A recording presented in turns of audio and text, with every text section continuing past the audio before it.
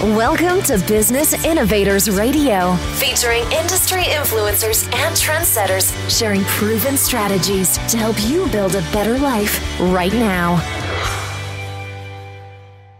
Hello and welcome to this episode of our show. This is your host, Keith Doherty. Today our special guest is top real estate agent Judi Wright of the Judi Wright team of Ebby Halliday Realtors based out of Frisco, Texas. For 14 years, Judi has been helping residential buyers and sellers in the North Texas market achieve their real estate goals.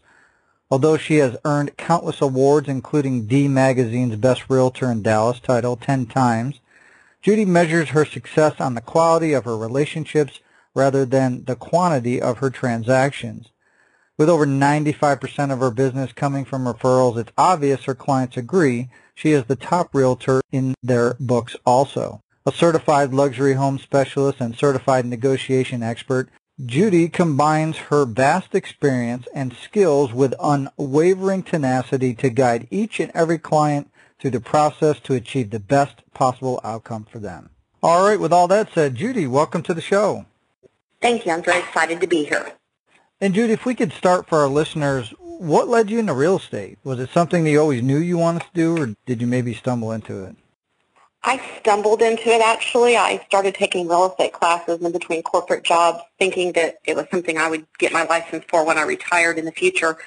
And I liked it so much, I decided I wanted to try it. And so I did. And do you think you could talk a little bit about what personal attributes, traits, or qualities you think have most contributed to the success that you've had in real estate? Sure. I've always had a really strong work ethic. In my previous corporate career, I was in sales and marketing, so some of those skills and traits translated over to real estate.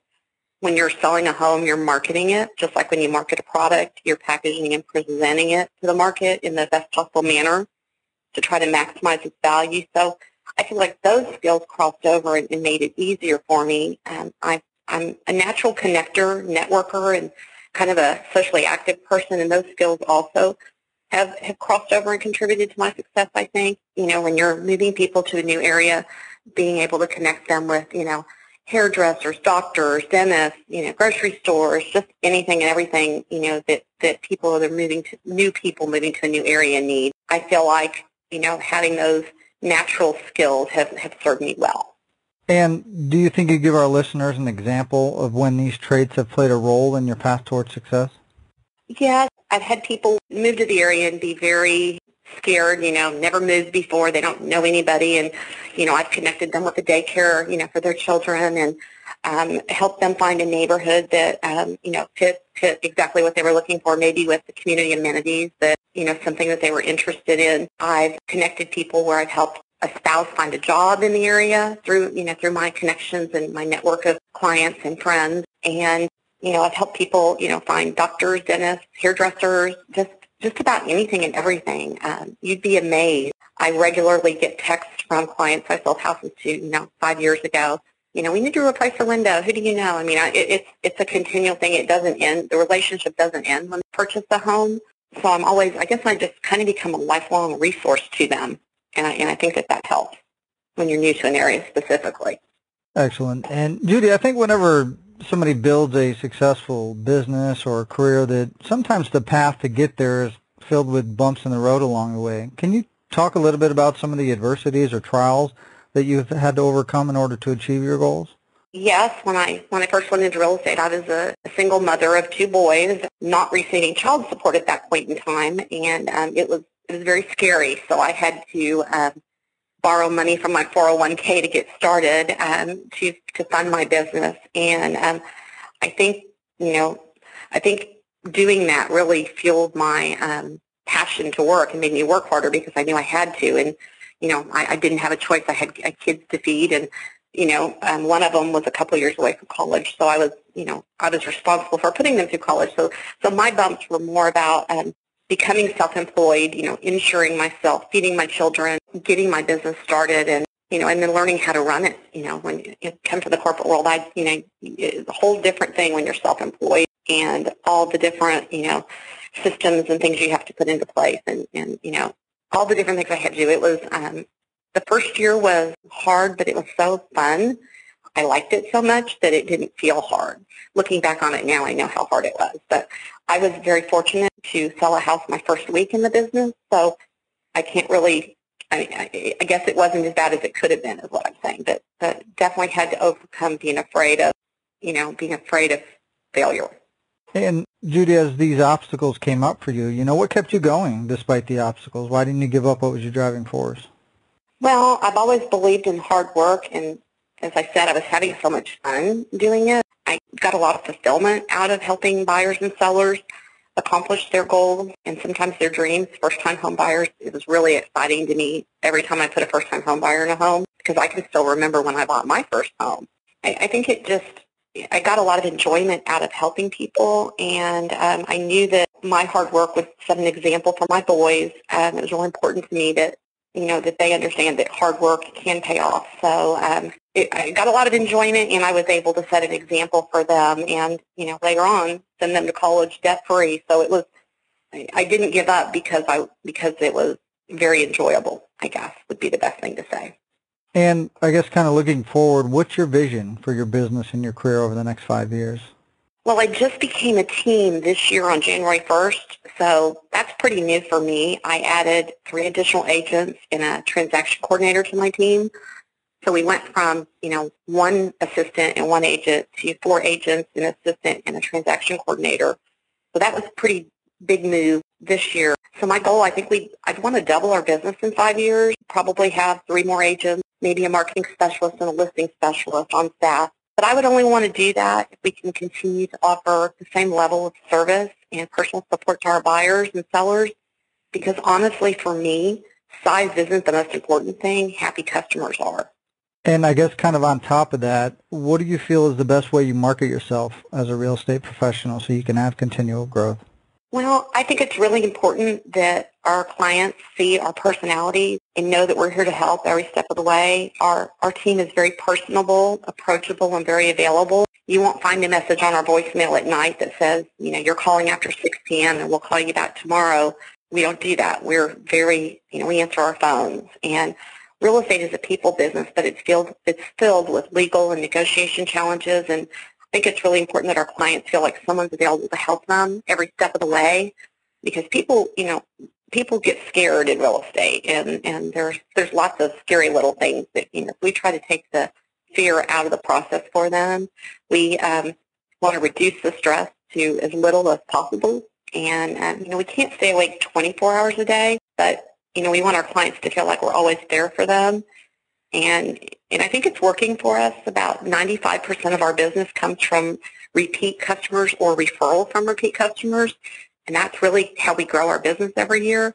So I think that's apparently important to our clients also. And I think sometimes when the general public looks at real estate agents, they don't fully understand the value that they provide from both a buyer and a seller standpoint. What do you think the biggest misconception or myth people have about working with a real estate agent? That's a good question. I think the misconception is that a lot of people think we show 2 to 3 houses, we write a contract, and we make a bunch of money. And they don't see the myriad of details that we attend to every day related to a contract, for the purchase or the sale of a home. An example, I had a seller recently here in Texas who's a lawyer, and Texas allows him to sell his own home. He doesn't have to use a realtor, and he actually wanted to do this, thought he could do it easily and save a lot of money. He thought paying a realtor was a waste of money.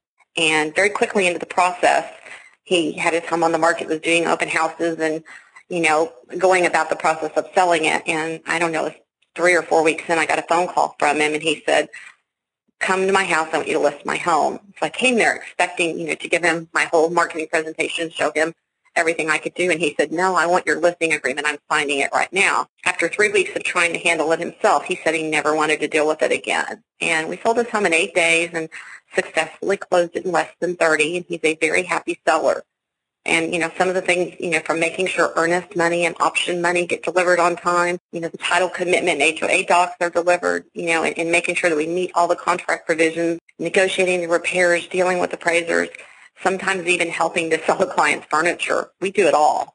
we're reminding people of utilities that need to be turned on and off. We're making sure repair receipts are correct, and we're providing, all of the things that people need. And probably one of the biggest things we're doing is that we're keeping clients out of legal problems. There are, a contract is a contract, and there are many times that, people don't understand exactly what they need to do. So we're navigating them through that process. And sometimes we're just there to listen, but we do it all from one end to the other. And sometimes I look at my email folders for my clients. I look at, there are 1,500 emails related to a 3-week closing on a property, and that doesn't count the phone calls. It's amazing how much, time and effort can go into it, and I think that no one sees the behind-the-scenes work that we do. And Judi, let's say you get a call from a family member or friend, and they're in another state, and they want to sell their home. Now, obviously, with your experience and probably with your connections, you could look up an agent and do a referral. But from a general advice standpoint, what advice would you give them about selecting an agent that could best serve their needs? I think it's really important when people are picking an agent to make sure that they're picking an agent that does more than just put a sign in the yard. They need to pick someone who has a strong marketing program, both digital and print. Someone who makes sure and hires a professional photographer. They do high quality, brochures. I think that there are all kinds of realtors out there, all different personalities, and there are all different levels of marketing and marketing plans. And of course, every market itself is different. But even in a healthy market, which we're lucky to be in right here in Frisco, Texas, even in a healthy market, marketing of a property makes a difference in how many offers you get and the eventual price you get. I see it every day in how fast our properties get offers and how much better we do as a percentage on our offers.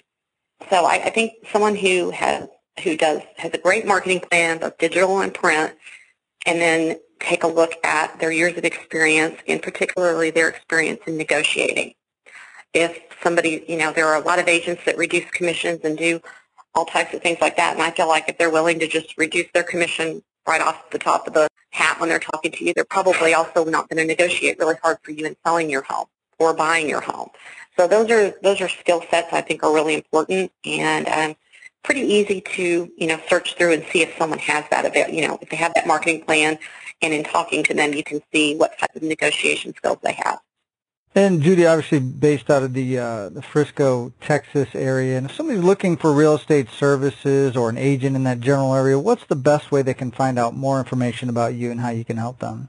They can visit my website. It's www.judiwright.com. Judy's with an I, Wright with a W.